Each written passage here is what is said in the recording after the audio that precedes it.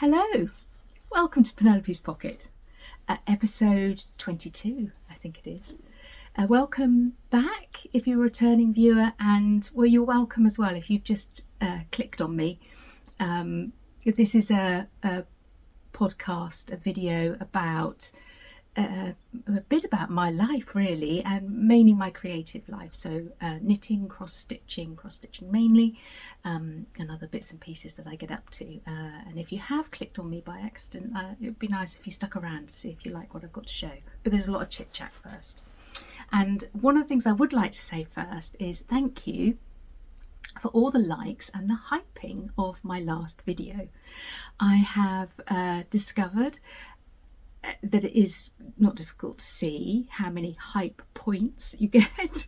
I don't know what it means. I wouldn't say there's been a noticeable difference in how the channel is performing or whatever the technical words are, but there were lots of hype points there, so thank you very much everybody.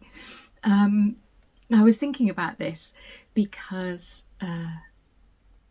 I've discovered that you just got to click on things. You've just got to press buttons and see what happens. That's how you learn about how computers and technology works, is just give it a try.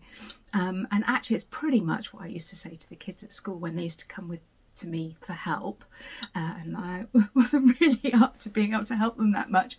I'd say, oh, just go away and click on a few things and see if you can get it to go. And most of the time that is how they learn. They figure it out for themselves, because actually, to be fair on myself, we know that is how you learn. You learn by doing it yourself. When I first started doing these videos, I needed Penelope to help me to upload them and edit them, any minimal editing that I do, and she did that for a few episodes, and I wasn't really picking it up properly until one day she couldn't come and I had to do it by myself, and it took me ages, like it does the kids at school when they go off and they keep pressing all the buttons. But I did figure it out for myself, and so that is how I've figured out how you can have a look to see how many hype points you've got. So thanks very much everybody. Thank you as well for all the recommendations about thimbles. When I was talking about having a sore finger, quite a few of you gave me some suggestions, and I have ordered a couple recently-ish, so they haven't come yet for me to be able to try them. Plus I haven't done any sewing that requires a thimble particularly, so anyway, I will give them a go, and I was very grateful for your suggestions. Talking about the algorithms and thumbs up and hyping, I did mention about getting thumbs down, and both April and Jackie put in the comment that it isn't personal and not to worry about it, because if you give somebody a thumbs down, well, don't say somebody, a channel, the thumbs down, it tells the algorithm that you're not interested in that content, and so it won't keep throwing cross-stitching videos at you. And I thought that was a really nice way to look at it. Thumbs up, I love this content, I'd like to see more of it. Thumbs down, please don't show me this again.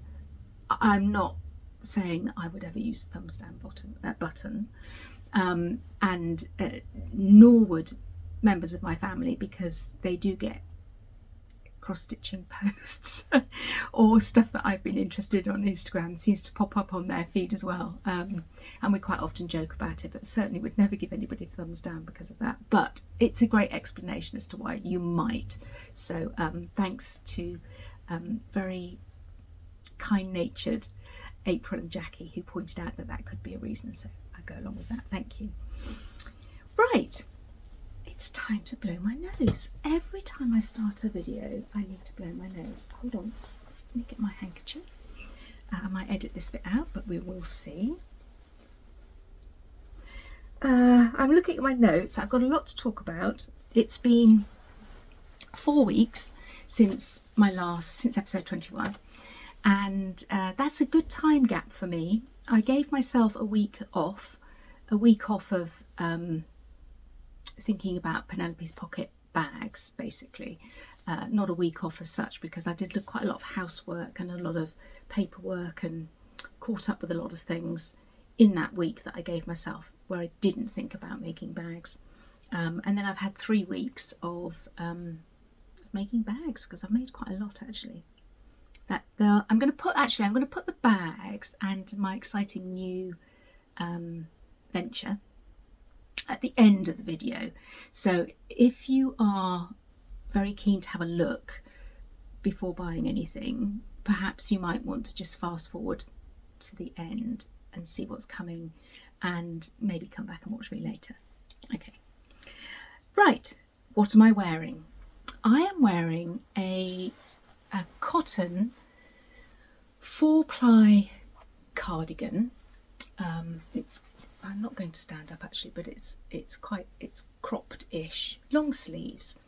It's Rowan yarns. I couldn't tell you exactly what yarn it was, but it's definitely cotton, and it's beaded. I don't know if you can see, because the beads that I used are tiny. You perhaps can see them around the cuff there, and they're blue. They might actually have been Mill Hill beads that I bought, and there's a lot of them on here because they're all over. If the sun's out, sometimes they catch the light, but they're all over. So they've got these blue beads everywhere. I feel them when I put it on, because I quite often got bare arms underneath because it's a summery weight cardigan, because they're cold. So you feel the coldness of the beads because they're glass, obviously, against your skin. I don't really know when I made it. I think it was probably around about 2002. So it's an old one, but a good one. I did look for the pattern for it yesterday, because I'm filming quite early in the morning. I'm trying to beat the sun coming round when it gets hot in this room, and for good light. So I prepared for this filming yesterday, and I looked through my old Rowan knitting yarn books, knitting books. What are they called? The Rowan magazine, it was called. Yeah, Rowan magazine. And I've got quite a lot of them. And for many years, that was all I ever made, were Rowan patterns. And so I was looking for this, because it definitely came from one of these books, and I flicked through quite a few of them and I couldn't find it to be able to say who designed it. So I can't tell you anything about it. Not that you want to knit it anyway, necessarily. But 2 things happened. One, so many memories came flooding back, because I made so many things from those books, these books, magazines, most of which I still have, or I made for my daughters, and I hope they've still got them. And lots of things that I would still love to knit. And some of the books are so old that they've gone full circle, and they're quite current. But what I did find in the magazine number 47, which is this one, if you're familiar with them, I found the jumper that I was wearing a couple of episodes ago. Actually, which episode was I wearing it in? Because I do write it in my book.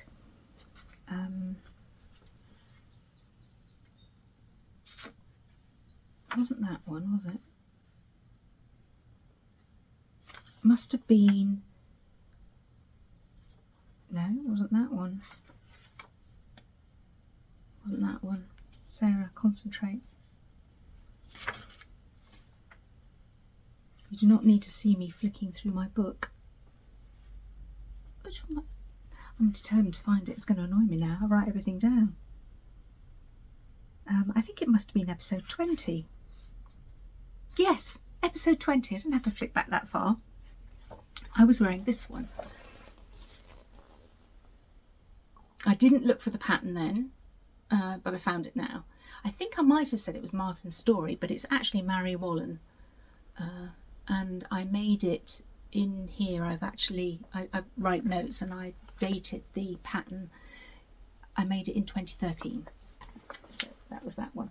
This one's much earlier than that, because I have vague memories of knitting this, and I know how old the girls were when I made it, so I can date it roughly to about then. That's what I'm wearing. I'm drinking, I have a cup of Earl Grey, which you know is my preferred tea. In fact, it's the only tea I like. And I have it in this Wedgwood mug from the 1980s. I mean, it is so 80s, isn't it? Look. My mum bought me this one Christmas because the pattern is called Sarah's Garden. So that's why she bought me the mug. I am drinking a Twinings Earl Grey, and I don't really like it. I'm not really a tea drinker. I've always been a coffee drinker, but since all the chemotherapy, I've really gone off coffee. I find it quite hard to drink. So I've latched onto the Earl Grey tea. I don't really like this one. I really like the Clipper Earl Grey. So not all Earl Greys are the same. Right. What have I been doing? Well, I went to Loseley, which is not that far from here. It's just the other side of Guildford. One of my favourite, I'm going to say houses to visit, but it's actually the gardens. It has, I think, a 3-acre walled garden. One of my favourite gardens anywhere. I feel like I know it really well. We used to go quite a lot, my friend and I, when the children were little. Anyway, we got there and it was shut. So it was really annoying. We checked the website before we went because it's not open all year round. And it said it was open, but if you'd have read on to the end of the paragraph, it said except for Fridays, Saturdays and Sundays. So that was a bit annoying. Anyway, not far from Loseley, I happen to know, is Compton Pottery, or the Watts Gallery, I think it's also known as. And so I said to my friend, it's just down the road, let's just go there instead. And in fact, it was so nice that we didn't actually even go into the gallery itself.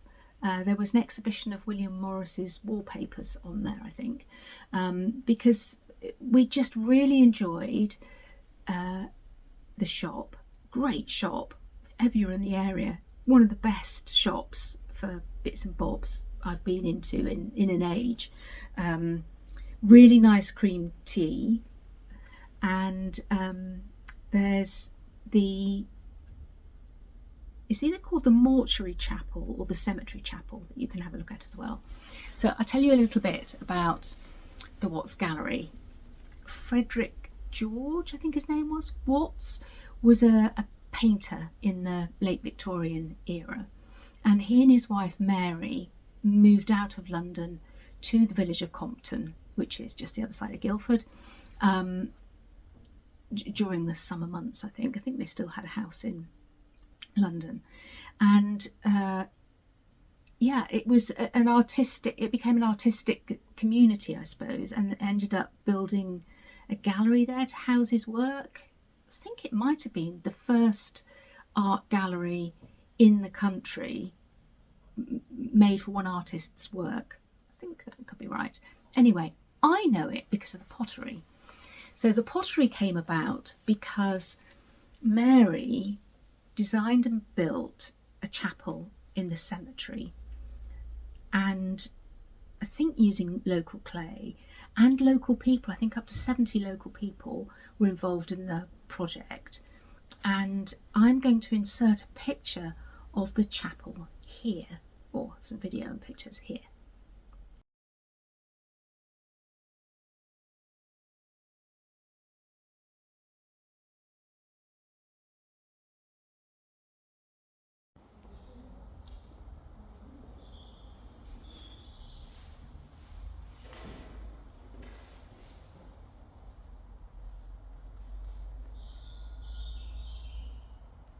So did they work on the inside as well?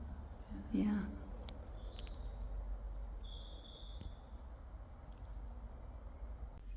Okay, so you've seen what it's like. Absolutely phenomenal, really distinctive. I have a couple of pieces of Compton pottery myself, and I actually brought one down to show you. but you've seen it on a big scale. Now see it on a tiny scale, because I have a, well, I'll move my book to that side because I've talked about that. I've got a Compton pottery pendant, but you'll see, well, hopefully you'll see different scale. It's the same thing. They painted a bit like tumbleweed. It's a bit like, I can't think what's the word where you paint on wet plaster. Anyway, I do know it, but I can't think. This is Hear No Evil, See No Evil, Say No Evil. I used to wear it on a leather, it's got a hole in the top, on a leather strap, leather thing, and I wore it as a pendant. I haven't worn it for quite a long time actually, because the leather wore out. And on the back it's just plain.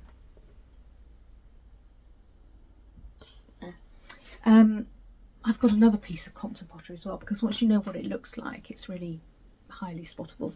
And I knew about it because I think working on the chapel, which they did from the very late 1800s to the early 1900s, and in the style it was such a success. They actually, on the back of that, they started a pottery, started making things, and the terracotta plant pots and things that they made were retailed by Liberty for many years.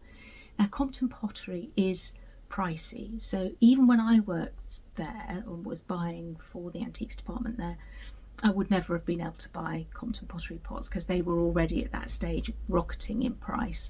You can buy new ones in the shop, but yes, so retailed by Liberty, more or less for the whole of the pottery's existence, I think. I don't know if they still sell them now, but certainly through the early 1900s, 1920s, I think 1930s, definitely Liberty were retailing their pots. So I knew about them, and if you're ever in the area, well worth a visit. My friend and I, we enjoyed it very much after our failed attempt to go to Loseley, and said that we would definitely go back, and next time make sure that we go to the gallery as well. I've been to the gallery before, but she hadn't, so we will definitely go back and do all that. So yeah, a lot of chat. You're always free to fast forward me. The other really great thing that I've done is I went to the Schiaparelli exhibition at the V&A with my daughter Penelope, and we had such a good time. I shared some photos on my Instagram account, and somebody commented, and I didn't make a note of who it was, but somebody said it was one of the best exhibitions that they've done for a long time, and I couldn't agree more. Penelope and I both really enjoyed it and came away buzzing with lots to talk about what we'd seen. I've got some pictures to share with you here. All the pictures that I'm sharing here are the ones that were taken landscape rather than portrait, because that seems to work better through the video medium. So they're not necessarily the very best pictures that I took, but they will give you a taste of the exhibition. We were, or I especially was, in awe of the craftsmanship, the embroidery, the beading, the cut and construction of the fabric, the buttons. And the buttons were phenomenal, the most amazing buttons I think I've ever seen. I'm into a big button now as a result. There were lots and lots of jackets. There was a whole area. I don't think I took any landscape pictures of the jackets, so I haven't included any here. But there was a whole area of just jackets, and we both came out. Penelope's got a lot of my mum's old jackets, and I've got jackets from when I was working at Liberty, and I've come out thinking I want to wear jackets again, jackets and trousers. It was really, really good. I think it's on till November. If you're able to go, I would highly recommend it. We went on a Sunday because that was the only time that Penelope was free to be able to go, and we got there early, and at times there was nobody else there but us, which was just almost, well, it was better than a private view. It was really good. I really enjoyed it, and I'll insert the details of it here.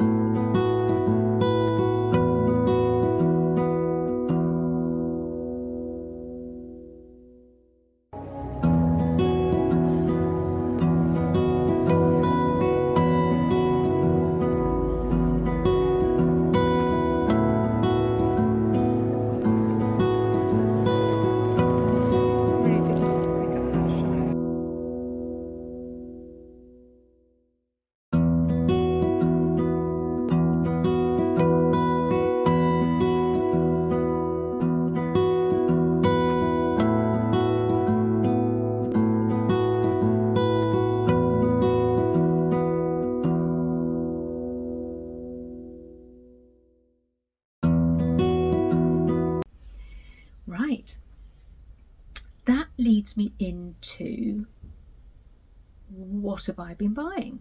Because I bought a book at the end of the exhibition. Obviously there's a shop, and I didn't buy the catalogue of the exhibition, which did look really good, but I took so many great photos and lapped it all up. I felt I didn't need that book. But what I did buy was her autobiography called Shocking Life. And I have started reading it, but I haven't got far enough to be able to comment on it yet. But I did, so I bought myself a book, and it's a beautiful book, and it's one of those ones which opens like this, which I really like, with this shocking pink lining too. And I've got a brilliant bookmark, which was a postcard of, I thought it was one of the nicest postcards. That was a jacket from the, was it called the Circus collection? A whole collection of circus inspired stuff she did. So the fabric there is woven, but look at those buttons, those acrobat trapeze, flying trapeze buttons. That's the sort of thing that you were looking at. It was really good, loved it. That's that. So while we're talking about what we've been buying, what I've been buying, let's just do that section. I've been buying threads. How exciting. I haven't saved any of them. They've all gone into projects. When I bought the threads, I bought one of these waxes from the Stitchery Sisters. So that's Sarah, the Stitchery Sisters. And I bought she had these strawberry waxes. Now I've got a couple of Stacey Nash ones. These are not Stacey Nash. This is, oh, sorry, white side's a bit bright, isn't it? They've got a silver 3-part leaf thingy on the top. These are just nice to add to projects, aren't they? Or displays. So I grabbed one of those, and I also bought myself a place on the Stitch Sugar workshop. So if you're going, please leave a comment that you're going, and it'd be lovely to either meet you for the first time, or maybe to catch up with you if you've been before to one of the others, because I think quite a lot of the same ladies go. I'm not fond of Sugar. I'm sorry. I should love him or her because he's wearing a Christmas knitted jumper, but it's not my thing to make a skunk. He's a skunk, isn't he? Yeah. So I've said to Sarah I'd like to do something else because I'm just being difficult, but I actually enjoy the day there so much, and meeting everybody. And yes, and last time I went with Sarah from Champagne and Stitches, and I drove, and so I think maybe she might drive this time. So that will be, I couldn't resist going, so I booked myself onto that. And I've also booked myself a place, so this is still coming under what have I been buying, on a Make Tilly the Frog day with a lady called Philippa, who I don't know, but I heard about the last time I was at the Stitchery, and I started following her on Instagram. She's got a shop where she sells dolls and things that they have quite a few of, or Nikki has quite a few of at the Stitchery, that I found very interesting to look at. Anyway, this lady sells Tilly the Frog, and has recently started doing a workshop where you can make your own Tilly the Frog, and it's not that far from where I live. So, and I'm enjoying getting out and about and meeting people. So I'm going on my own. I don't know anybody else that's going. I think it's quite a small group. I'm going, could be something like the 13th of July, something like that. It's a wild stab in the dark if you were to be going on the same day as well. But again, reach out to me if you are. If not, I'm sure I'll meet 5 other lovely ladies who also want to stitch Tilly. So that's what I've been buying. Right, should we do what's in the bag? It's about time to do what's in the bag. Let me put that down, because I can do that bit without notes. I have a quick bit of my drink.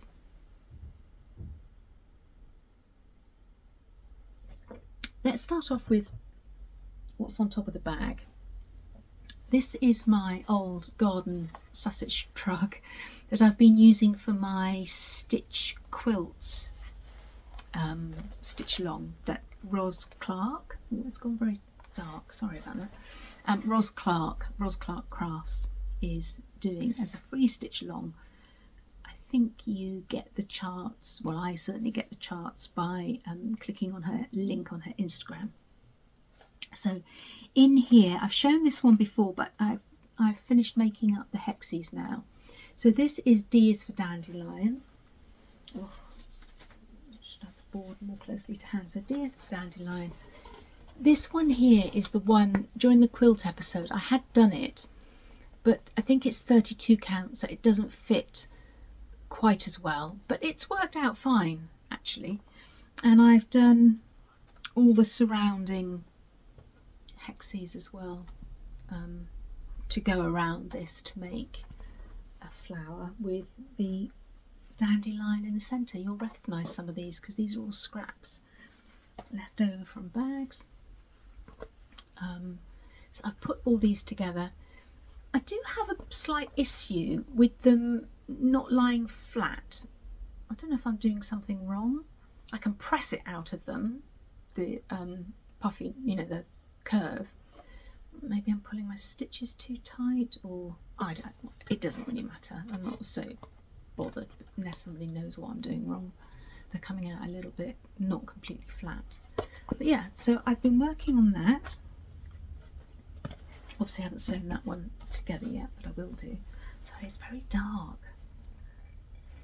as if by magic. Hopefully it's fine. Also on the top is my knitting. So I have finished, so it's a bit easier to show you, it's my pink mohair jumper. I finished the body, so that's the back. So this is where I am with my pink fluffy mohair jumper. I went through a period where I thought, what are you doing, Sarah? It's going to be awful. And so it's been a bit of a slow process to get to there.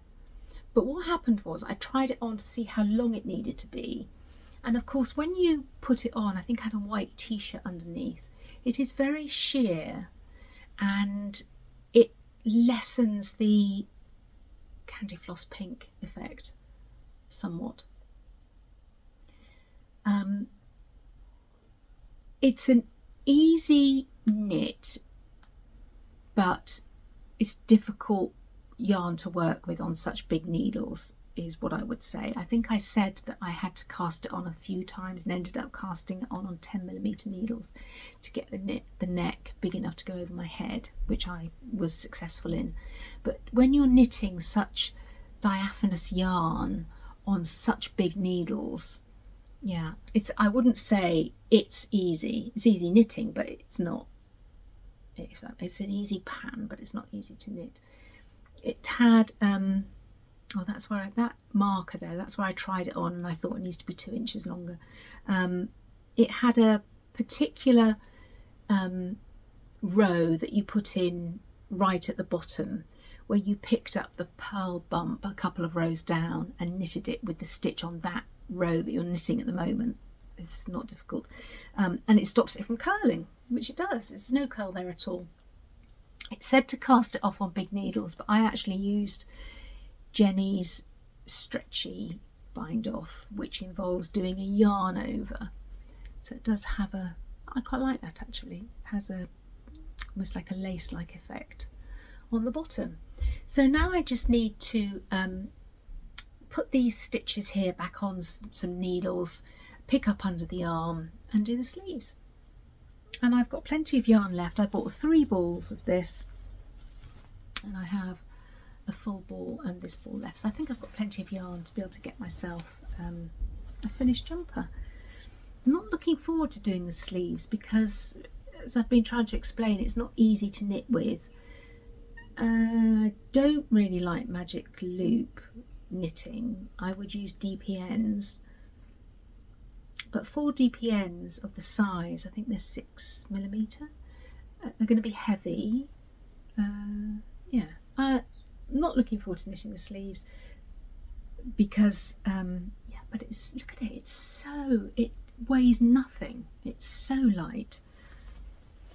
I think it is going to be nice because the colour is toned down by what you wear underneath. Okay, changed my Gertrude bag for this one. And these are all the projects that I've been working on in the last 4 weeks, and I have jumped about a bit, so there's quite a bit in here to share. So let's start. I've got my book of days, and I'll show you. I've stickered up. I've used my new stickers that I shared last time to sticker up this month. And this is the order in which I've worked on them. Let's do it that way. So first of all, I guess it must have been first of all, I worked on my Stacey Nash animal cracker from the Stitch Hazel workshop. Oh, I'm so sorry about the light. And I didn't do Hazel because I didn't do Hazel. I did Clementine, and here she is. I've always really liked Clementine actually, but didn't have the pattern. That's why I picked to do her instead at the workshop, because it was a pattern and that Sarah could do, and so yeah, she's coming together, isn't she? Did quite a bit on her. I am not using the called for threads because at the time I did the workshop, Sarah wasn't doing Gentle Arts threads. She is now, and so she did a week's dye works conversion for me. So these are my threads. She did have a couple. She had Antique Rose, Heirloom Gold and Lexington Green. So those are the called for. Antique Rose being the dress, but all the others were Weeks Dye Works ones. But it's good. I do enjoy stitching animal crackers. I found this very intuitive. Once I didn't need to follow the pattern. It's always quite nice, isn't it, when you don't need to keep looking at the chart all the time to get that background in.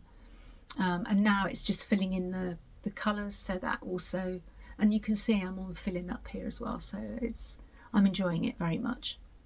So I did a bit on that. Actually, I could show you the pattern. That's what she looks like if you're not familiar with her. She's quite tall and very elegant.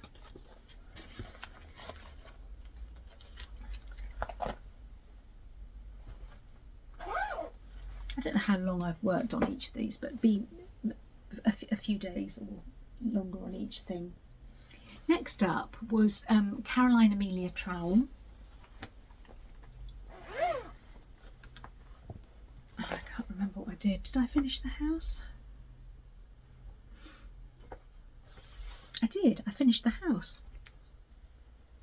So here she is. And I finished the border at the top. Get a bit closer. So I finished the house. I made the border meet across the top. I definitely put in, oh, did I? Pretty certain I finished putting in that tree since you last saw it. I put in the butterfly on this side over here. What else did I do? I think those are the only motifs that I did. It looks like I've started something here, and I definitely started, there's a big tree here. Started on that bit there. But there's a lot of stitching in that house, and so that's what I was concentrating on finishing. I am stitching this using all the called for threads on a piece of XJU Designs 40 count. It's really old. I've had it for a long time, and oh, it's in there. Frosty Aqua. I don't know if she still does this one or not. It's a very soft blue. The called for is Antique Lace, I think, by Seraphim, but I did it on this very pale blue. which I think is really pretty. Just in case you don't know, it's Brenda Gervais, and I'm pretty much there, so I don't really need to show you the chart. You can see I've just got this big tree here to do and a few other little motifs here, and it's done. I haven't done the writing at the bottom. I'm going to personalise it, and I'm looking for a suitable wording to put in it. So that's that one.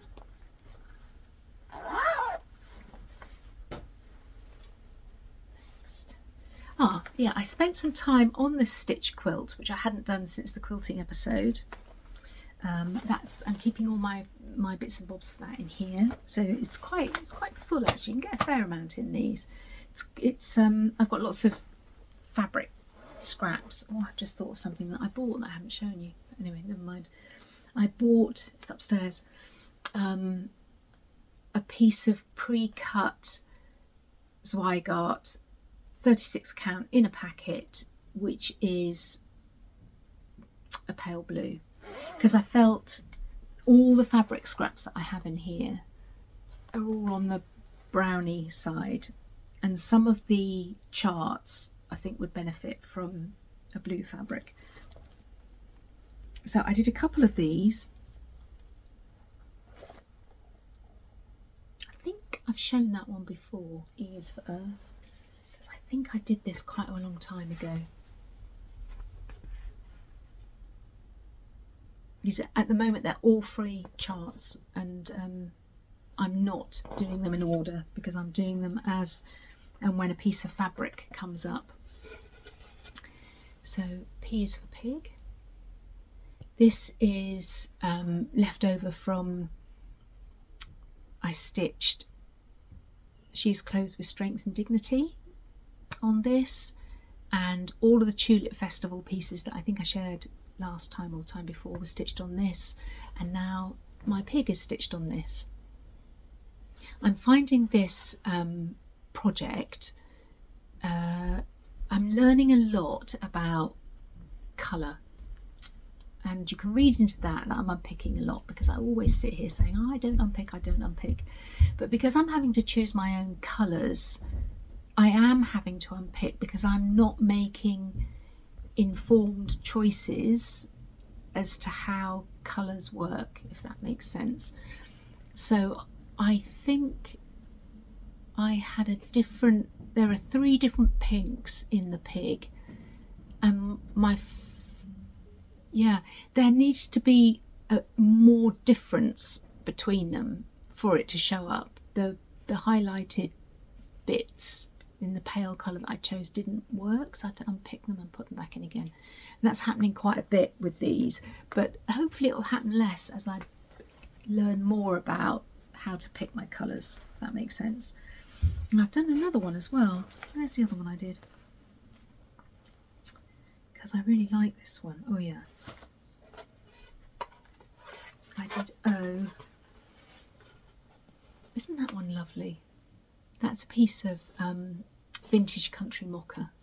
Actually, I haven't made any for a long time, but I make like little thread bed type things that you can decorate yourself with your own work out of vintage country mocha, and a couple of others as well. They're on the website under accessories, at least I think they are, but I haven't got any, I haven't made any for a long time.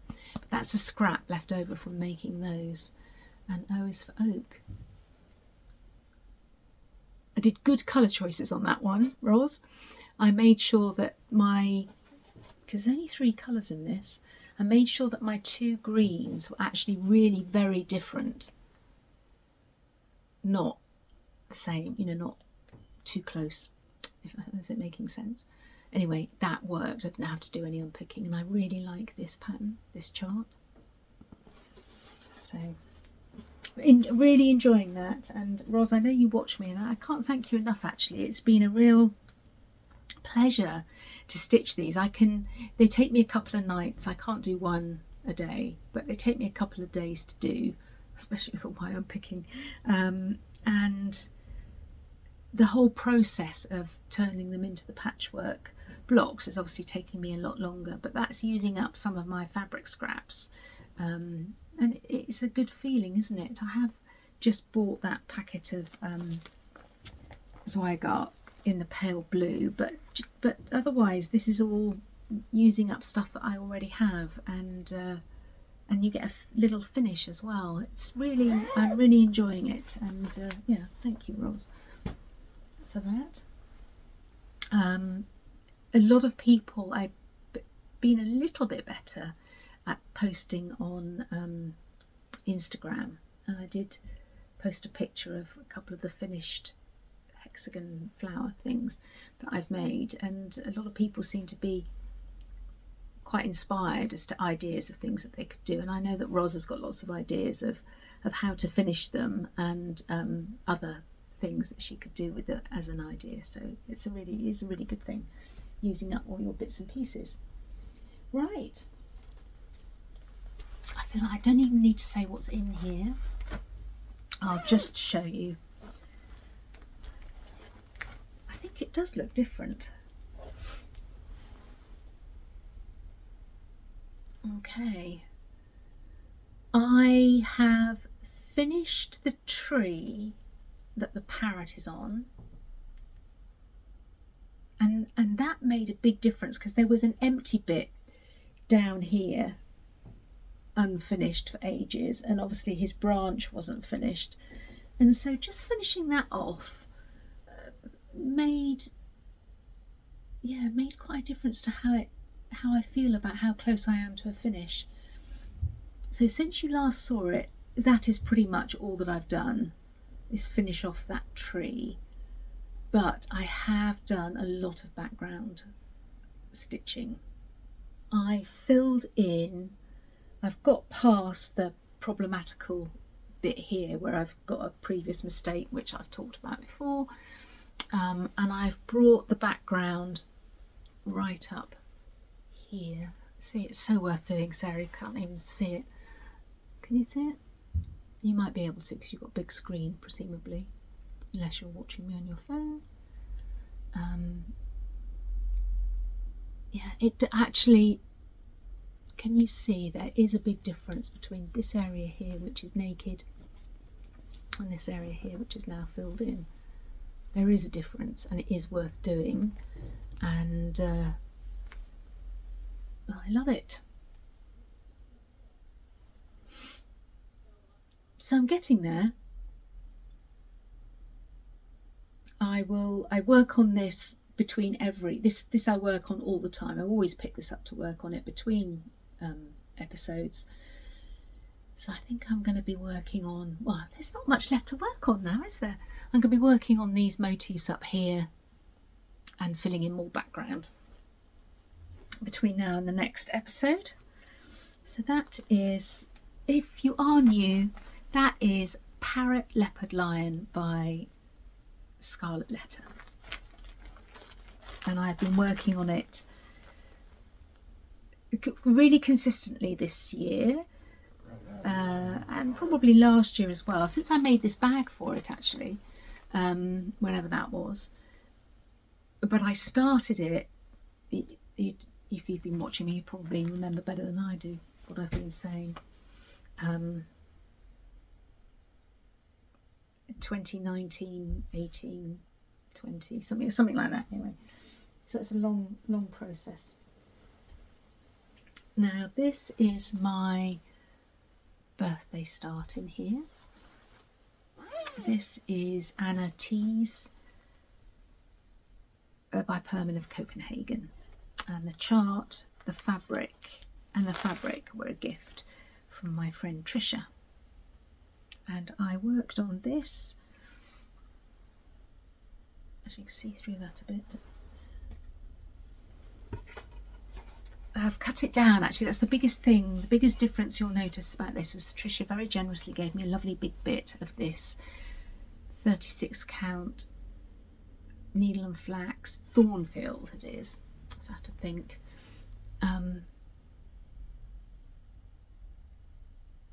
And since you last saw it, so the last episode, I think, I have taken the border round, which meant that I was able to cut it down because it was a big bit of fabric.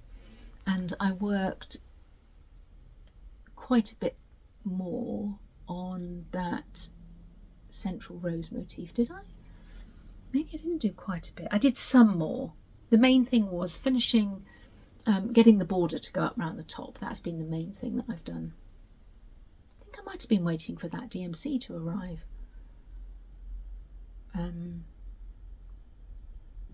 That's in the border up here, which is also in the flowers. This is so pretty. I know probably loads of people have stitched this many years ago. Tricia was able to get me just the chart from the attic a couple of years ago, but that's, I don't think it's something that we can buy here. You can buy it as a kit, but then it would be on a lower count fabric, and this is on 36 count, and I'm stitching it 1/2 using the called for DMCs. So pretty. I think I've seen it on Brenda's wall, Brenda and the serial starter. I'm pretty certain when they are filming I've seen it on Brenda's wall behind her. I'm sure loads of people have done it. It's a very, very pretty sampler, and I've been enjoying working on it. Lovely piece of fabric too. Oh, and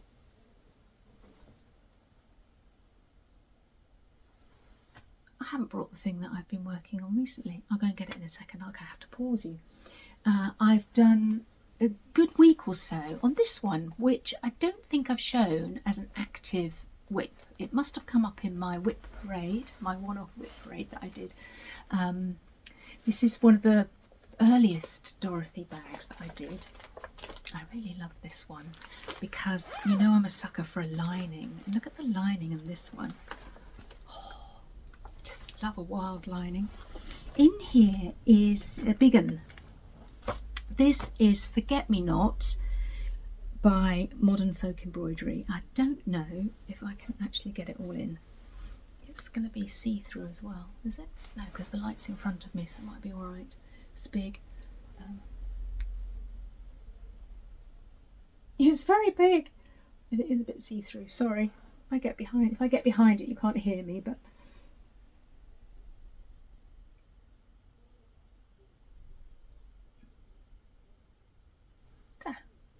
so there's a reason I got this out, and that is that I was watching So Me Sarah. There's so many Sarahs, I get a bit confused. So Me Sarah was, and she was talking about Silks for You, and that she'd bought a few skeins of silk from Silks for You. And that just made me think of this project, because that's what I'm using here. I'm using actually, I think I've got the bag in here. I have. Hold on. Because this is how they come in these bags. I'm using PR 149, which is a lovely, soft, goldy shade. One strand over two. Pretty certain this is 32 count, because I started this a long time ago, like years ago. I think it predates my notebook, and I was aware that stitching on dark fabric is tricky, so I thought I'd go for a higher count. But I'm going to have a huge amount of money to spend on a frame. This is not how wide it is. I haven't taken it across the bottom yet. So anyway, stop nattering on about it, Sarah. I did, when I've picked it up recently, I put in this one here, this one here, and this one here. And I had to unpick this one because I'd made a mistake. And then I finished it and I moved on to this, and then I started to put this in, and there's still a mistake in this one.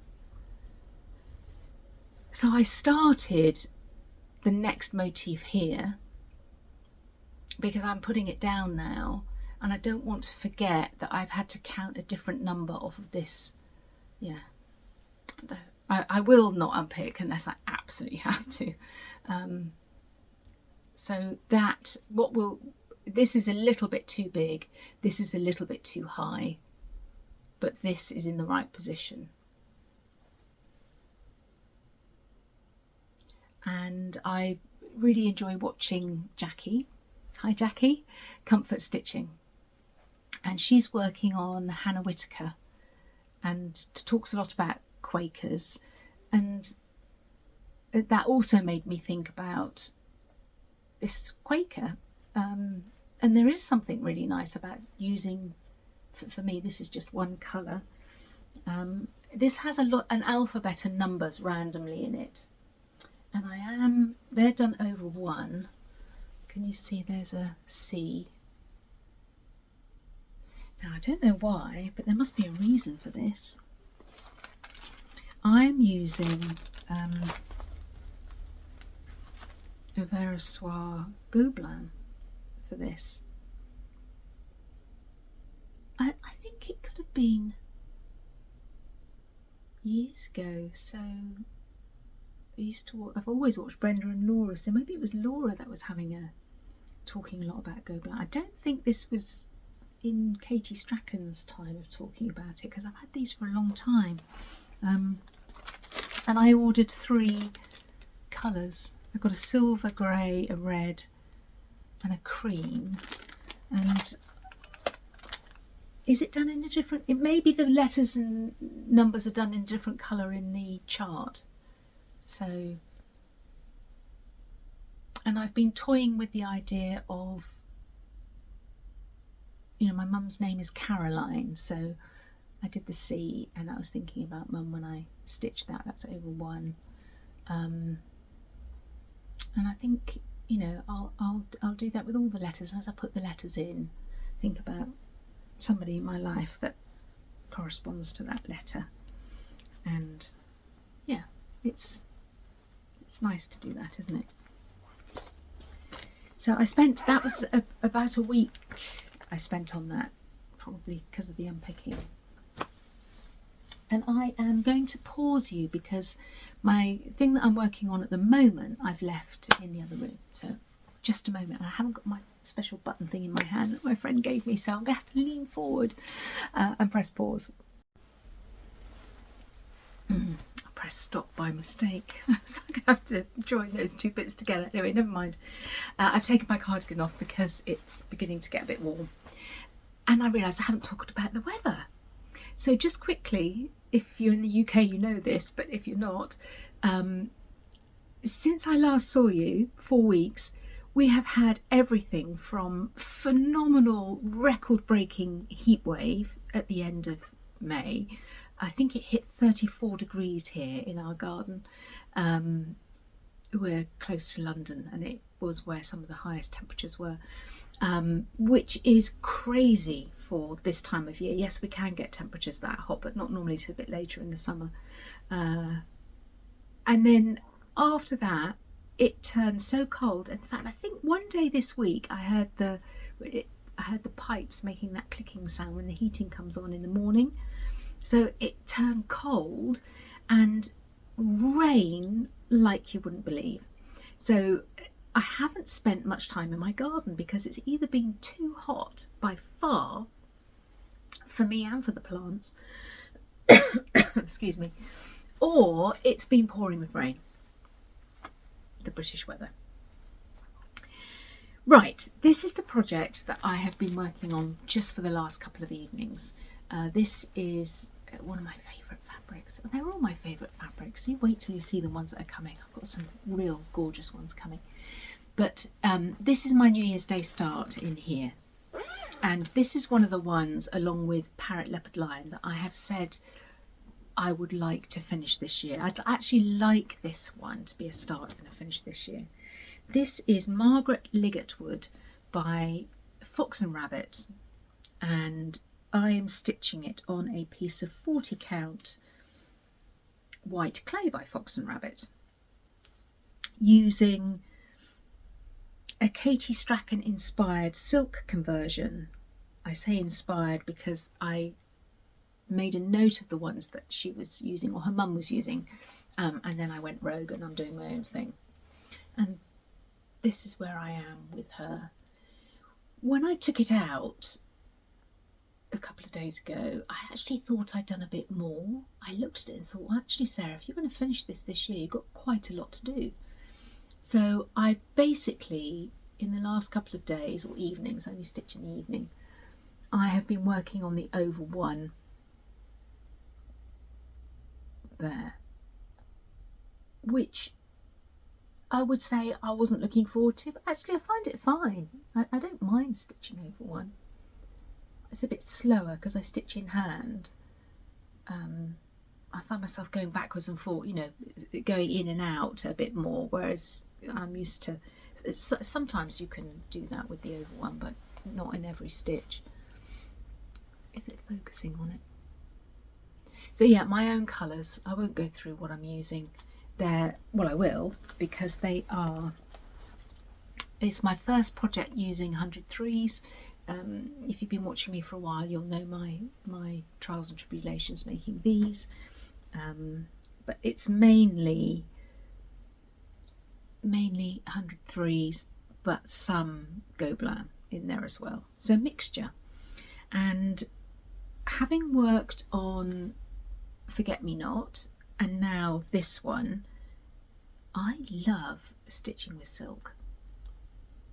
Both of these projects use silk, and I really like stitching with silk. It just glides through the fabric. The Silks for You is plump and it really fills that. I really like the look of my stitches on Forget Me Not on that quite low count. I did experiment actually doing 2 over 2 or 1 over 2. 1 over 2, I really like the look of the stitches. And this one here, when I was stitching on it last night, with the artificial light, the stitches were really glowing. Probably isn't going to come up there. The white in this flower is Gobelin and the yellow is 103. And so there's a bit of texture thing going on there as well, which I really like. I'm changing the colour of the windows in the house. There's a lot of black going on. I was working on it last night. Oh, I've said that several times. If you look at the house here, there's a lot of black in the windows, so I'm changing that. I've changed it for a goldy sort of colour for like the crossbars, and I've used a very pale blue in these flowers here. I might use that for glass. We'll see. It's too much black, it's too heavy for me. In fact, I'm not using a black. I bought 2. That is black and that is very dark brown. So I'm using the very dark brown because I find the black a bit harsh. I've done that on a few projects. So yeah, I've been working on that. It's blowing out a bit now. But if I want to finish it this year, I feel there's quite a lot to do. There might have been a bit of unpicking going on this as well, because when you make your own colour choices, what looks right in your hand, it doesn't always work when you actually put them into the project. This is what I'm learning. So, but really, a really enjoyable project in a really lovely bag. Doesn't it make it? It's about everything, isn't it? It's just nice to have nice things to pull out and work on in nice things, displayed in nice ways. It's a lot of pleasure to be had. So that's an empty bag. All right, more nose bling. What's next? Yes, let's talk about what's coming, the new bags that are coming. You can fast forward through this bit if you're not interested, but let So there's quite a few I need to show. Okay, now I've just realised I have made a Caroline bag. It's in a Rifle Paper Company winter skiing print. I've left it upstairs. I'm not going to run upstairs to get it. The Caroline bag, which is the vinyl fronted bag, is the first bag that I made, and she's not as popular as Dorothy, which is the most popular bag, and there's a lot of work that goes into those Caroline bags as well, because they're quilted and I hand slip all the bindings and everything. But I like to have them, I like to have some to offer. I like to have them on the website, and so I have made a little batch of Caroline bags that will be on the website because they are available, but I haven't got one here to show you, but it's there if you're interested in that type of bag, or indeed that you want a winter scene. But these are the ones that I've made for this update. First up, talking of algorithms, I don't know what happened when I posted a picture of this. I don't know if it was the bag or the fabric that I posted a picture of, but on my Instagram account I just got loads of followers and loads of likes, and I was a bit thrown. How do those algorithms work? Why does one... Anyway, enough waffle. It's this one. Yes, it is lovely. It does put me in mind of Brenda Key's, is she called the Sampler Company? Of her charts. I've never stitched one of her charts, but it has that look to it. It's actually a Jane Austen, from a range of Jane Austen fabrics, and the fabric itself is called Meryton, which is the local town, isn't it, in Pride and Prejudice? In fact, I think it's not completely on here, but you can see where it's cut off, how ardently I love you. So that obviously is supposed to be Lizzie and Mr. Darcy. But there's a lot of this is just like a sampler, isn't it? And the fabric is like, it is pixelated like stitches. So so this one, and recently I've been making more bags than I used to, because I'm selling more bags than I used to, and this one went so wild that I got some more fabric. So I've got quite a lot of these. It's got a really lovely lining. This is one of Jane Austen's letters to her sister Cassandra, and some sheet music, so it's all relevant. There's lots of different possibilities for thread keeps. That one is some flowers, and I am slightly concerned I'm going to run out of this yarn. I had a hank of this really lovely yarn, and it goes with every single bag that I've made this update. It just makes it's orangey red, but it makes that pop. I'm very pleased with those. Next up, actually let's do this one here next, because this is another book inspired one, which is so pretty. So pretty. Saint Tassel. This is from a range of fabrics, Anne of Green Gables fabrics. And you wouldn't know it by looking, at the outside of the print, but you do when you open it up, because it is all the book covers.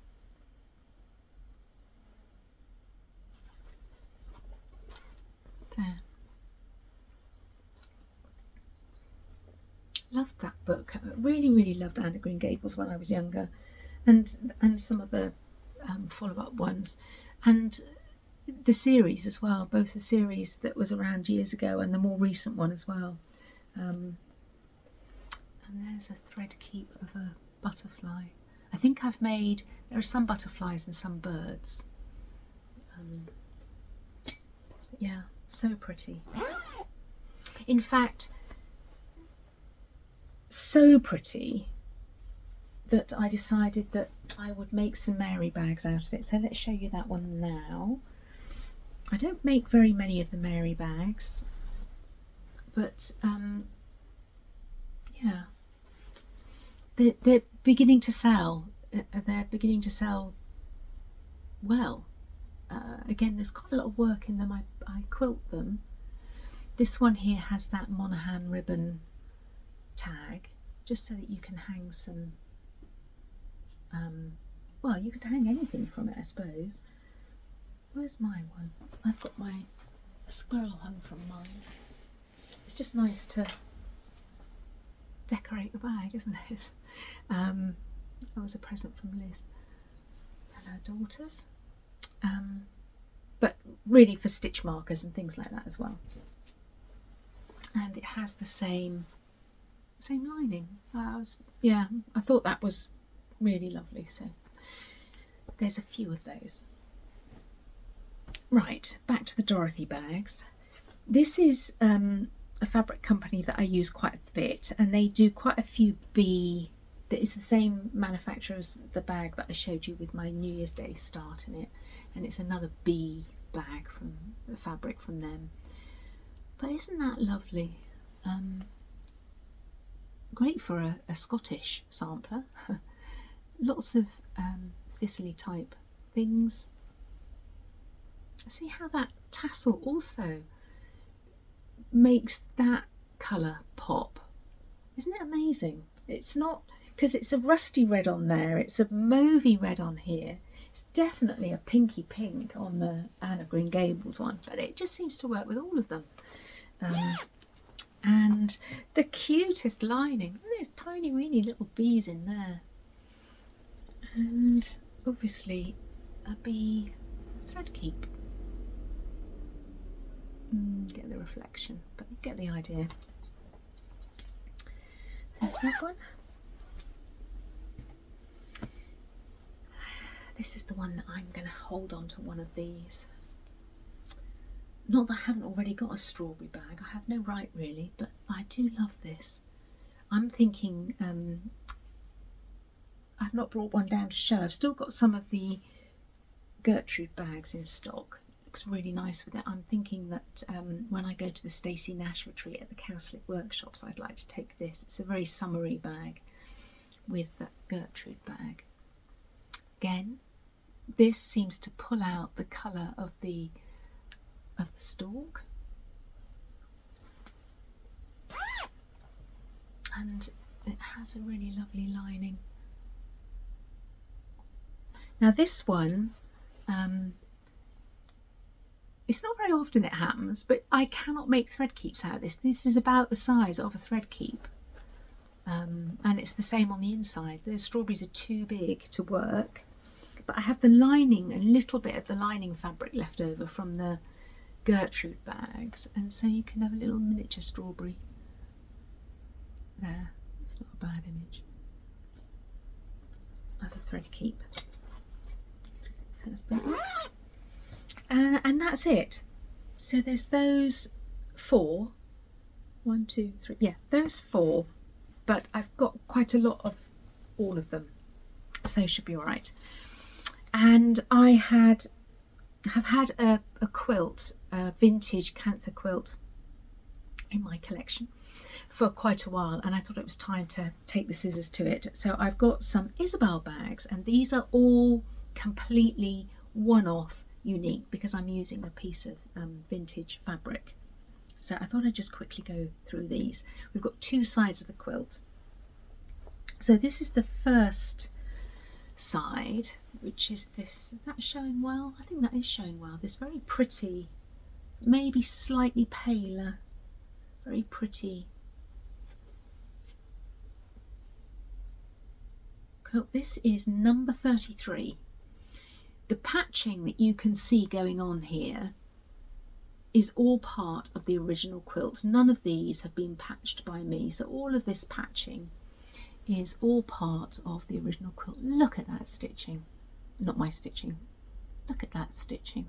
Now this was a very, very worn quilt. number 33, is patched and does have areas of complete wear. You can see that the top layer of the sari sandwich has worn away, and you can see underneath there's a red one, and I've seen it on the back here. So you buy these knowing that they are old. You could say, yeah, they're all laundered, they're all washed, so they're not dirty, but there's almost like a greyish sort of, yeah. I think this one really is old. There was a bit where there was a big hole, so I couldn't use it at all.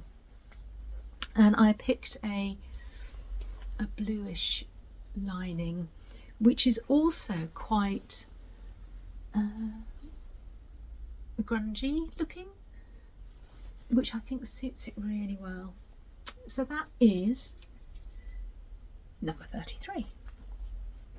This one is number 35. So Sarah hasn't put them in order. One side and the other side. Again, none of these patched by me. That's just using bits of the quilt that are like that. I'm looking at it now. I did make notes for when I put them on the website. Oh, there is a bit there, like, oh, a big bit there. Can you see that that is, again, worn away, and underneath you can see the green quilt. I always put a couple of patches that get cut out when I make the gusset in, so you've always got the possibility of adding a patch yourself if you want to. There's always a couple of those in the bag. And sometimes there are threads. You can see there's a thread there. I think that seems to be the main thing on that one. And the same lining. These have all got the same lining. So that one was number 35. What number is this one? 34. This is pale all over this one. We'll have the same lining, and I just spotted a bit there. It really stands out because the sari underneath is red, and there's a bit there I can see which is a green one underneath, but you know, they're vintage. Oh, so a bit there. And the other side of the quilt was so different. So this one here is number 32, and how different is that? That's one side, that's the other. Again, these have not been patched by me, or pieced by me. These are two different fabrics that have been pieced in the original quilt. And it's the same. No, it's not. That's just one piece on the back.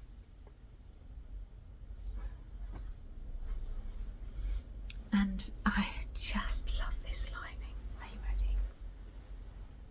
Oh. I had a couple of possible linings for this, but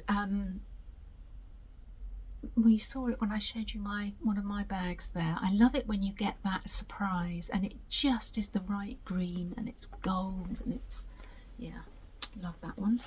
That is number 32. This side was not as worn as the blue side, so I'm not seeing any obvious bits and pieces on that one. This one is number 31.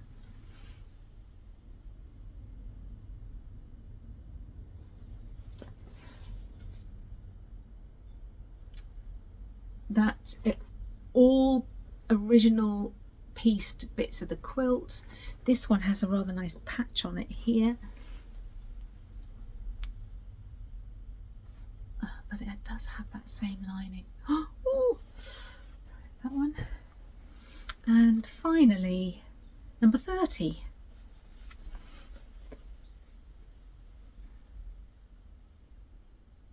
Looks like there's a lot going on here, doesn't there? Oh, that's a patch. That is a patch that goes off into the seam. Otherwise, that's just one piece. And it's on the other side.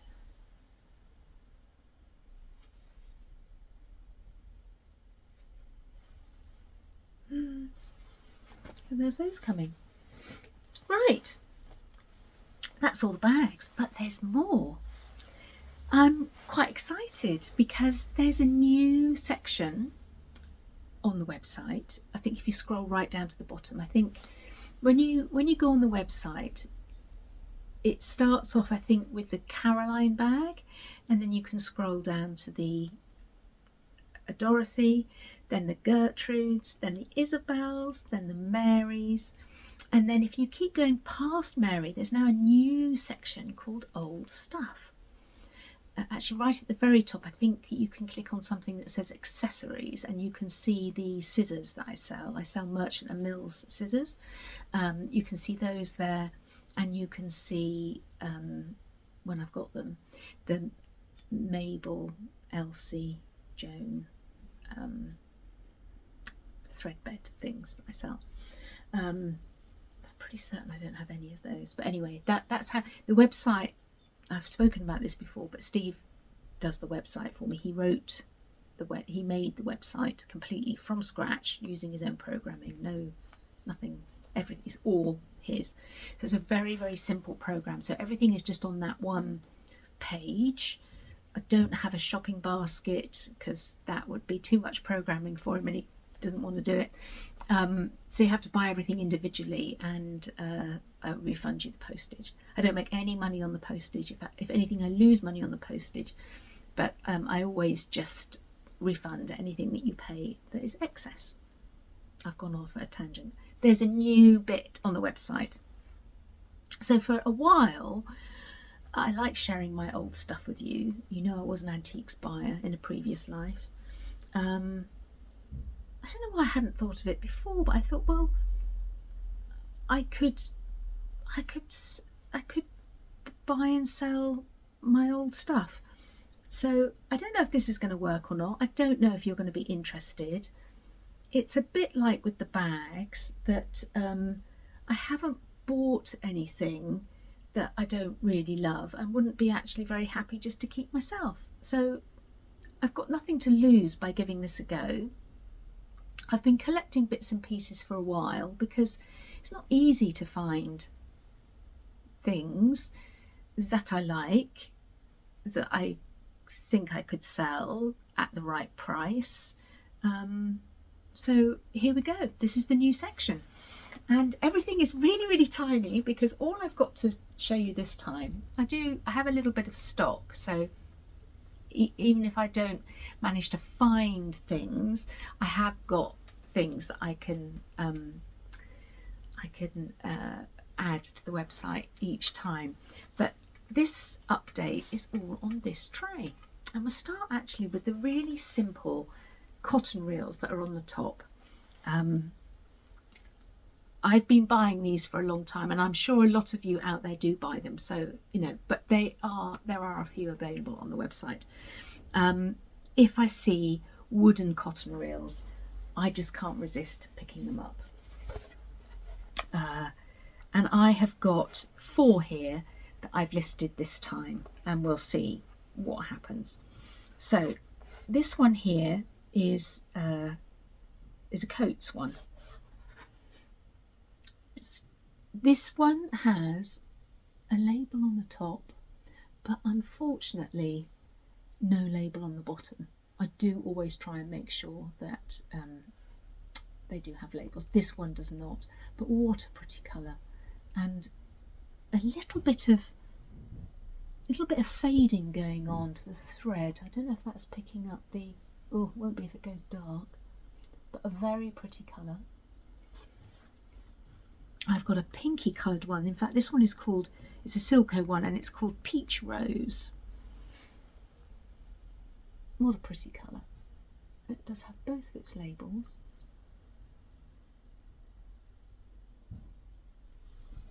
That one's not even been pierced. It's a whole label. It's upside down, isn't it? Is it upside down, Sarah? It's amazing what you can't see when you look in the thing. So, a pretty one. This is another JP Coates one, a lovely rich green. This one has a real new feeling to it. It has been pierced. It's got both of its labels.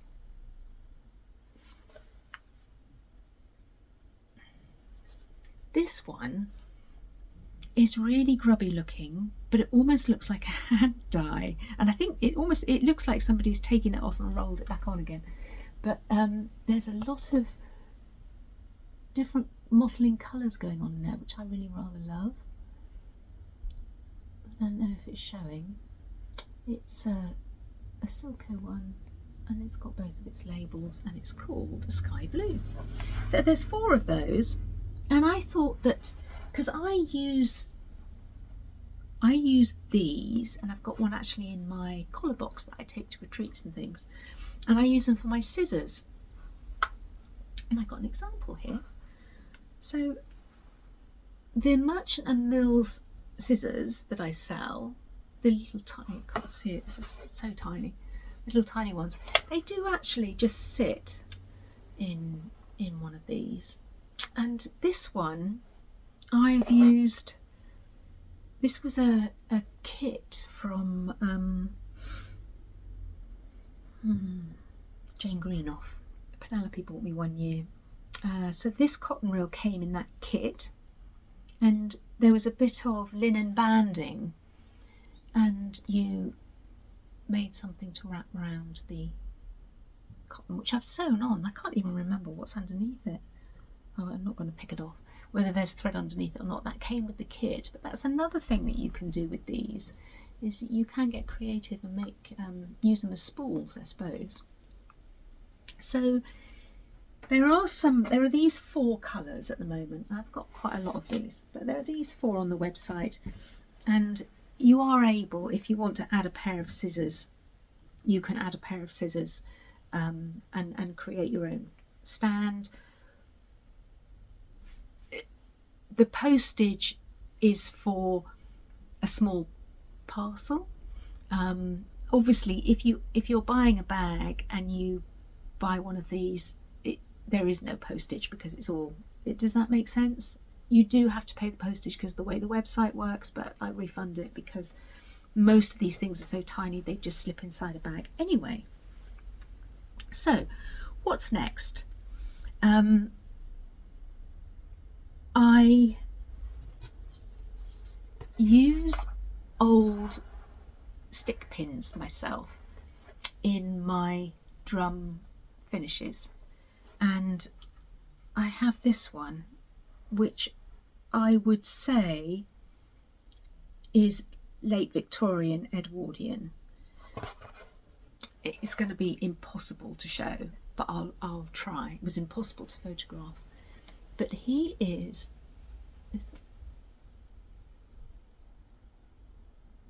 it's a dog. I'm going to tell you what it is. It's a dog.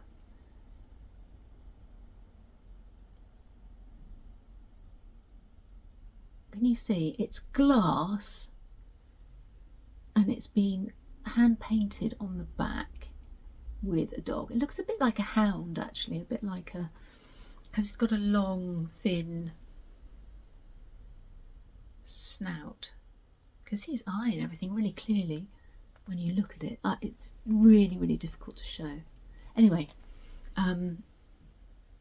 it's rather lovely, and I have a couple of drums. I'm looking at my crowned swan drum over there. I've got an old stick pin in that, and I've got one on my dressing table which has got 3 or 4 of these old stick pins. I mean, he is lovely. So he is available.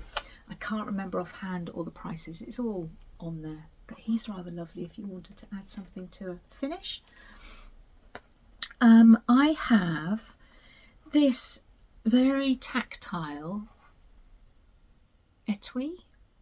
I hope I'm saying that right. It's a French word, isn't it? It's a wooden egg. I'm no wood expert. I wouldn't like to say what wood it is, but it's got a lovely grain on it. I think the picture's probably better than this, but this is good for the sight. It's very tactile. It sits in your hand really nicely. certainly sit in a stitching box very nicely. And inside it's got its original contents. And talking of thimbles, board, up, down, board, it's got a, now I know this because Gina told me, it's a tailor's thimble. So it doesn't have a top on it. So I suppose it stops your finger from sweating. It's quite tiny. It's got no top. So it's got a thimble. It's got some black and white thread. Oh, I'm so sorry, the board, up and down, up and down. And in the middle it has a little pot. I think you could probably put needles in it. It has a tiny little lid. But there is a problem with this in that there is a hole at the bottom which almost certainly shouldn't be there and would need filling or covering with a bit of something. So I'm sorry it's not perfect because your needles would fall out the bottom. I mean, you could use it that way up, I suppose. But it is completely original as I bought it, and just a very lovely tactile thing, which is sewing related. So that is also something that I've put on listed this time. Tiny. They're all tiny. This is why I wanted to show you here, because when you photograph things, it's difficult to get a feel of how small things are. This I shared a picture of. This is a Victorian. I'm going to say this is Victorian. I think this dates from the late 1800s, certainly no more than the early 1900s. And this is an emery. So you would, it's hefty. For something so tiny, it has a really pleasing weight in your hand, because emery is, I'm talking about, it's a type of sand filled object, isn't it? That's where the weight is coming from. And you would use it to, I think I've read people use it to sharpen their needles by pushing it in and out, but I always feel that, you know, old needles and pins can go a bit, rusty is not quite the right, but I think it cleaned them up basically by putting it in and out. Now this one is a souvenir, and you can see, I hope you can see, it has been used, but it's hardly ever been used. That's the original silk, red silk on the top and bottom. It's Morclin ware, which I talked about a bit in my Scottish episode, because I do collect this. This could so easily have stayed in my collection. And so this would have been a souvenir if you went to stay at the Imperial Hotel in Blackpool back in the Victorian times. Yeah, the detailing of the picture is really lovely. It's very detailed. There are even people walking around in carriages and things. I did look up when the Imperial Hotel opened, and it was in the 1860s, and was obviously a very fashionable place to stay. Lots of people have stayed there, from the Queen Mother and Princess Margaret to was Errol Flynn and Jane Mansfield and Bill Clinton, Tony Blair, I mean Winston Churchill, I mean all sorts of people have stayed there. So I think I put in my post that it was like a history in your hand, which it sort of feels like. So that's available, and is a real cutie. This is another little tiny stitching related object. I'm going to hazard a guess that this is also Victorian. It's quite unusual. It's a pinwheel, so for putting your pins in. It doesn't have any pins in it. Sometimes they do have pins in. This one is, I think it looks like it was velvet, but it's completely worn out in a very pale blue. Maybe a little bit fluffy on the edges, but worn out. And it's leather, so it's very again it's very tactile. The leather's taken on a really lovely colour from handling, I suppose. Plain on the back, and it's got painted flowers on the front, some of which are a bit worn, but it's very old, so that would explain that. and just yeah, lovely, just lovely. That's available. This is not necessarily sewing related. I'm not quite sure what this is, but it is another piece of Morclin ware, and it's tartan, which is not so easily come by.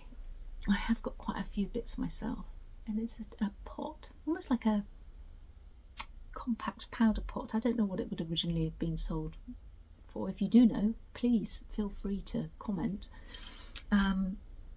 It's Prince Charlie. If you can see, it says it quite clearly there. It's the Prince Charlie tartan. Again, made as souvenirs.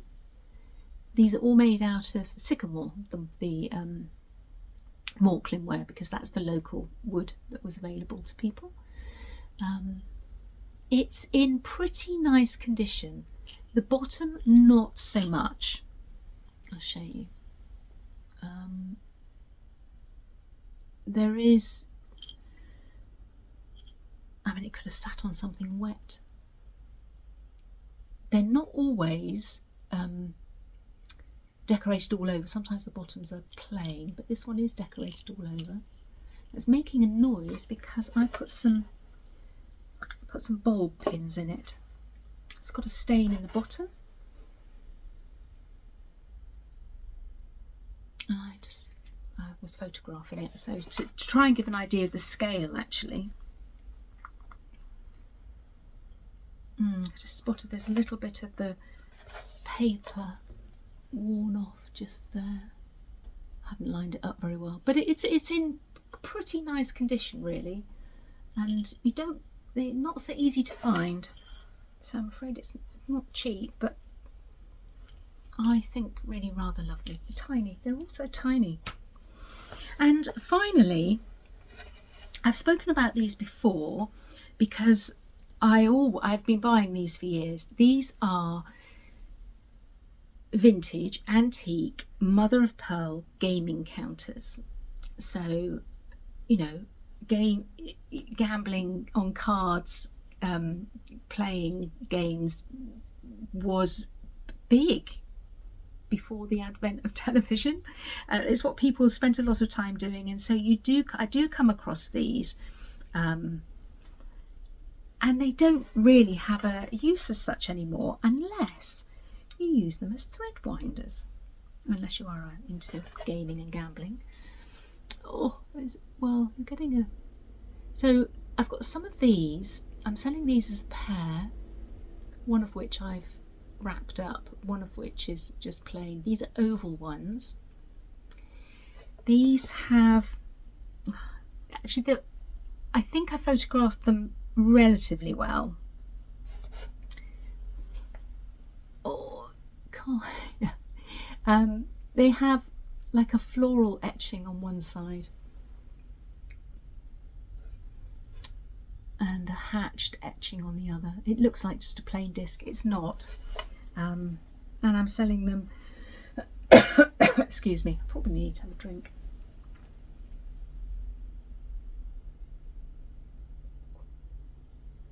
I'm selling them as a pair. They're just beautiful.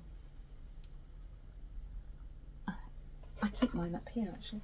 This is my collection. I'm sure I've shown these before. I actually tie lengths of yarn from nice knitting projects around mine. So that's from my Lola pullover. That's my cashmere Sophie shawl.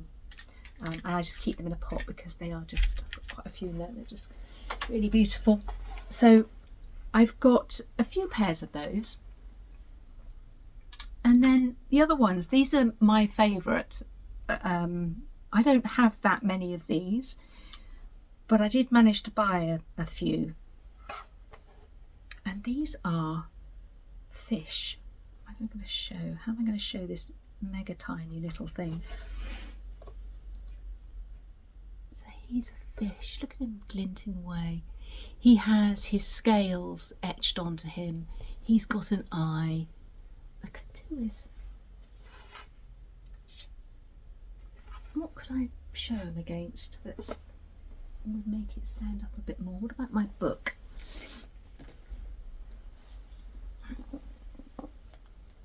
He's got lips. I don't know if you can see them. Fins and a tail.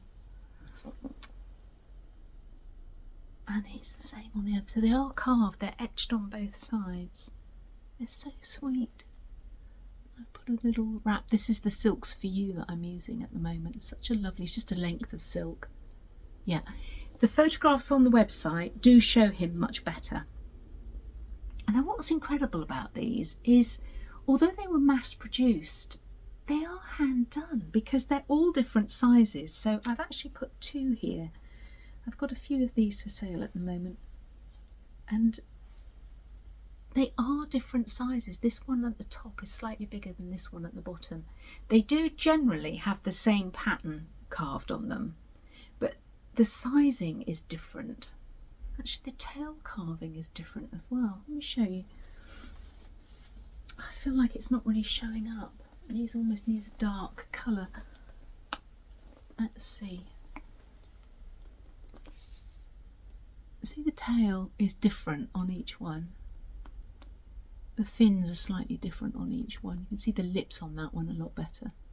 Yeah, these are great. I really, really like these. I'm selling these ones individually. These are much harder to find than the oval ones. Round ones are very easy to find, but obviously not so great for winding thread on. I have a few round ones. So I'm quite excited about this, and I hope you like them. I thought it would be nice as a celebration of the fact that I am doing this to give one of these away. So I'm doing a giveaway. If you would like to win a fish with a bit of silk wrapped around his tummy for your sewing box or one of your displays, please leave a comment in the description box below using the word fish. Why not? Fish. I am really very, very sorry, but this is not open to you if you live in America. Or in fact, actually, let's just say Australia as well, because I've got quite a few customers in Australia too. I looked into it and I cannot send mother of pearl objects to the States. So I can't, well, you can buy one, but I'll have to refund you and give you money back because I can't send these to America because it comes under, it's not the agriculture, fisheries and food, because that's the English title, but it's something similar, because obviously they are made from oyster shells, and so it comes under animals, I suppose, mollusks or something, some category that it comes under. In order to be able to send these to America, you need some sort of certification to prove that they're antique. Well, I know that they're antique, but how do I prove that, and who provides a certificate? It's far too complicated. So I'm really sorry, but this giveaway is not open to you if you live in the States. But if you live in the UK and you use the word fish and you're a subscriber and don't use the word giveaway and you're over 18, because I shall need to ask you for your address and all those other things, as a celebration of me starting my old stuff section of the website, I'm going to give one of these away to one of you. So yeah, I'm very sorry that I can't include my American viewers and customers, because I know that there are so many of you. It's just not possible this time. I'm sure there will be other things that I can do, because this is the first time I've not had a giveaway that's open to all. Unless, of course, you have a UK address that I could send it to, in which case I'm very, very happy to do that, obviously. And I know that a lot of you do come over for retreats and things in the UK, or have family members here, or friends, or yeah, any of those things. If you have somebody in the UK that I could send it to, obviously please enter, that would be lovely. Or if you're coming to England, whatever. I have been known to send things to hotels before, so it's always possible in that case. But otherwise, I'm sorry that it's not open to you if you're in the US or Australia. Right, let me check my notes. I think this is it. Oh no, it's not. Sorry, there's more. Plans. I actually have some plans. This could have come under what have I been buying, actually, because this is what I bought the threads for.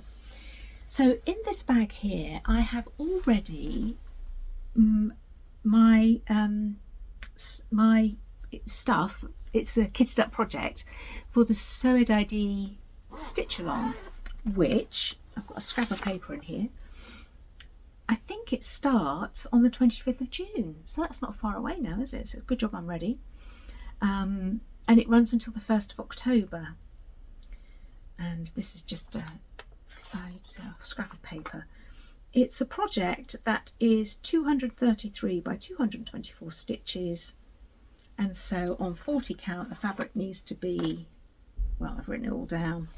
I don't know if that's what I've worked out. So I have chosen a piece of fabric for my project. It's not the called for. I can't remember what the called for is. I worked out that this piece of 40 count is big enough. And this is number 12 Stitch Co. And it is called Decrepit. Not really showing too well there, but it is grungy looking and it's grey toned. And I've got the threads ready. Now these threads, some of these threads were out of stock everywhere I looked, and I thought, oh, lots of people are going to be doing this stitch along. Baked apple was difficult to get. All the other ones, I think Sandcastle was out of stock everywhere. Cocoa was difficult to get. So as part of the stitch along, you can use sulky threads, DMC or over dyes. I'm going for the over dyes to give it it said it would give it a more antique-y sort of look. I thought that they all worked, well, hopefully they all work on this colour. It's got a couple of classic colourworks in it, one of which is Colonial Rose, which I've got, and the other one was Rain Shower, which the place where I managed to get the week's dye works didn't have the Rain Shower. Somebody else had the Rain Shower, but none of the week's dye works. And yeah, I do need that, either need that Rain Shower or I just need to pull another blue. It's a paley blue. I've got to have something in my stash. I don't really want to pay postage on one thread, and I don't really want to buy any more charts. I can do without more charts. So anyway, because I did the Black Rooster Sal last year and really enjoyed it, and ended up with something at the end, I think I've said before, that I wouldn't normally have chosen to stitch, which I quite liked, being pushed out of my what I would normally do zone. And so I have got that ready to start in one of my favourite bags of all time. And so that's a plan, and it's imminent, isn't it? That's only a week or so away. And my other plan, and this is the reason why I have no right in keeping one of my strawberry jam bags, is because I do have a strawberry bag. This is a very old print that I've obviously used in the past. This is one of the very first bags that I made for Penelope's Pocket, actually.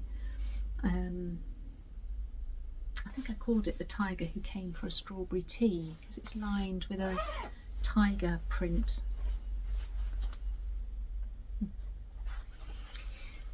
This is the bag that I kitted up for my strawberry stitching last year. So this is something that Mama Loves You GB has talked about and I latched onto last year because I thought, what a lovely job, a lovely idea. It was stitched strawberries for Wimbledon. Now Michelle takes it literally and is stitching strawberries, but I've just got in here things that are strawberry related, and I haven't picked this up since last year, so this is exciting for me. What's in here? Sorry, maybe I should have looked at this before.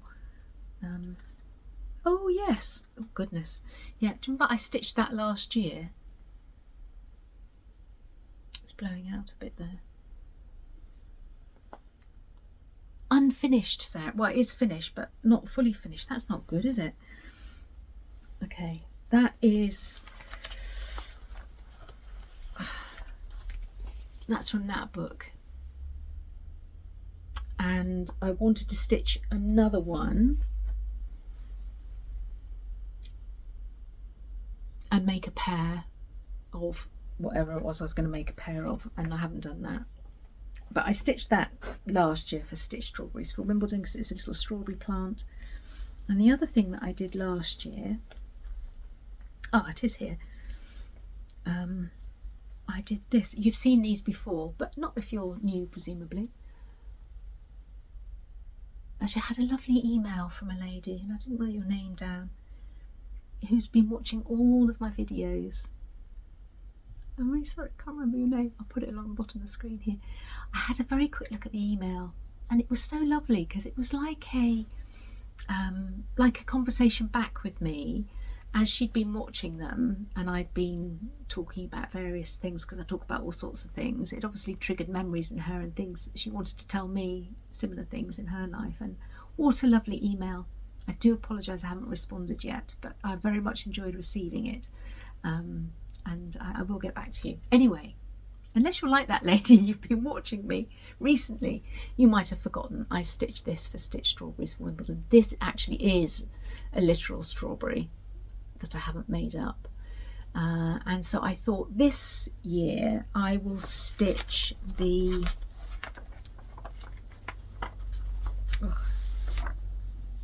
needle book, which is, which bit is it? That bit there, isn't it? That bit there, and maybe the fob as well. That's why I've got quite a big piece of fabric here, so I'm hoping that I can get all the different pages, the front and the back, on there. But this is if you go back to my strawberry episode, I can't remember which number it is, but I talk about this. This was a free chart during the pandemic, and I did alter it a bit, but really enjoyed stitching this with lots of silks. That's probably why I enjoyed it. Now I know I'm a silk stitcher. So yeah, I will pick this up for Wimbledon and see if I can, because I did the strawberry and the strawberry last year, so maybe I could get that needlebook stitched. That would be fun. I would enjoy that. So that's a plan, and I don't very often plan, but that's in my mind. I'm just popping back on because I've rewatched my video and realised that I forgot to mention Mary. I think I know where I can put this little clip. So anyway, Mary is a customer and a viewer, and she reached out to me after the last episode via email. She sent me a message saying that she enjoys watching me and wanting to share a picture of something that my last episode, which was the blue and white episode, had reminded her of.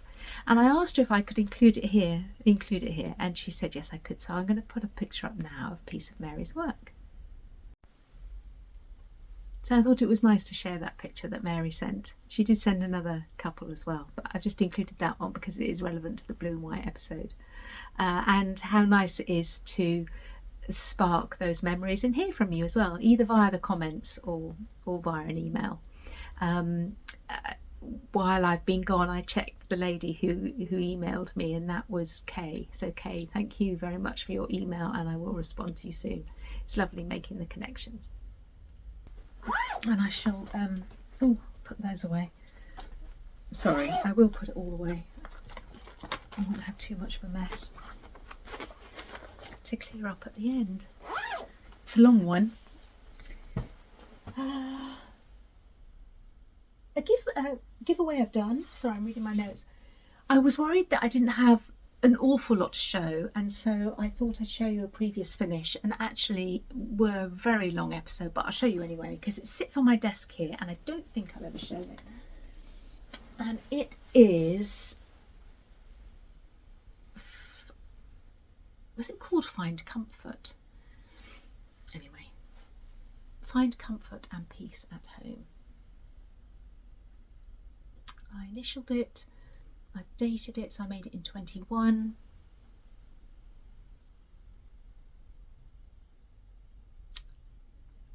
I think it's Weeks Dye Works Straw. It's not looking like straw there, it's a much richer colour in real life, it's blowing out a bit. We'll be using all the called for, whatever the called for were. It's a Scarlet House chart.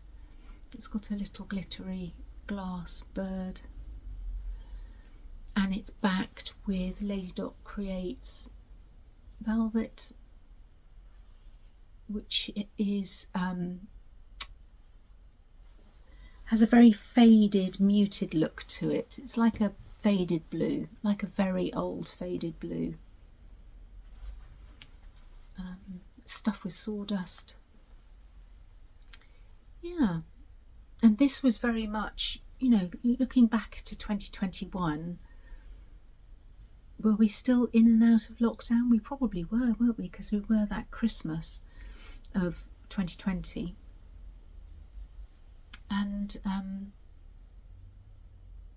very fortunate, and bearing in mind my health and everything in the past couple of years, that I do find comfort and peace at home. I do like being at home. So it wasn't hard for me. Well, it was.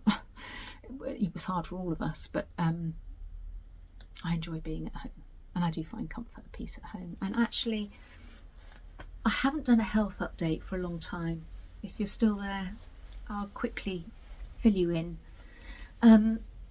I've seen both of my consultants in the last month or so. For the breast cancer, she's so lovely, my consultant, and normally I would be off of her books, but because it's me, she wants to keep an eye on me. So, because I didn't have all the treatment that I should have had, nothing was normal about that experience at all. It broke all of the normal protocols of the way they do things. I had to have different treatment. There had to be a NHS case. There was a solicitor type person involved to get me the treatment I needed. It was all very NHS England had to agree to this, that, and the other. It was different. It wasn't normal. And so this also is not normal. She doesn't want to not see me anymore. She wants to see me, and for me to have CT scans every 6 months. So I've got one coming up. I had one in January, so I've got one coming up, and she's not ready to say goodbye to me yet. I spoke to her quite a bit about the neuropathy that I've got in my feet, and I also spoke to my haematology consultant about that as well, and it would appear that that is permanent. That's not going to get better. It is nerve damage caused by the chemotherapy, or caused by the voriconazole, or caused by, because I've had so much wrong with me, it could be all sorts of different things. So I just have to learn to live with it, and after what I've been through, I guess it's a small price to pay, but it's just makes me unsteady because I can't feel my feet very well. Anyway, it's good. I'm pleased. She's pleased with me, and she's keeping an eye on me. I've seen the haematology consultant as well. She's also pleased with me. I have bone marrow biopsies every 3 months, which I can no longer even pull a face at because I'm getting so used to it. So that's all seems to be good.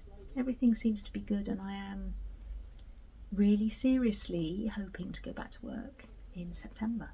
I've had a couple of phone calls with my headmistress, and we've talked about what I could do when I go back.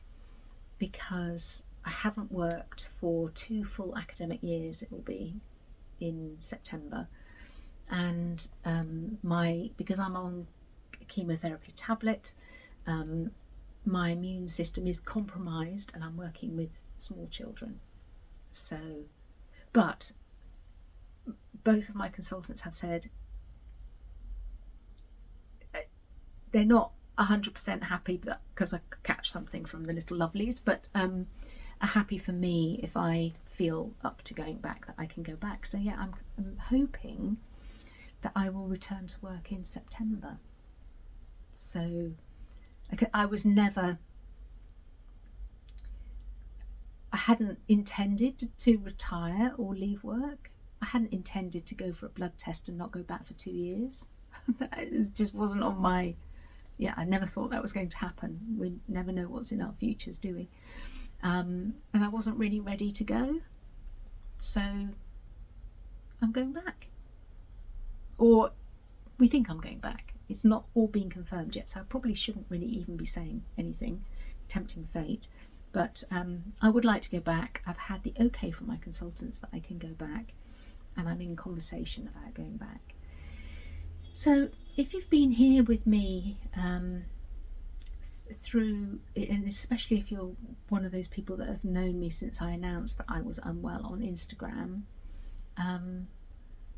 yeah, it's been quite a journey, and it continues to be quite a journey, but I hope I give hope and positive encouragement to people who are suffering extreme health conditions out there like I have, that you can come out the other side of it.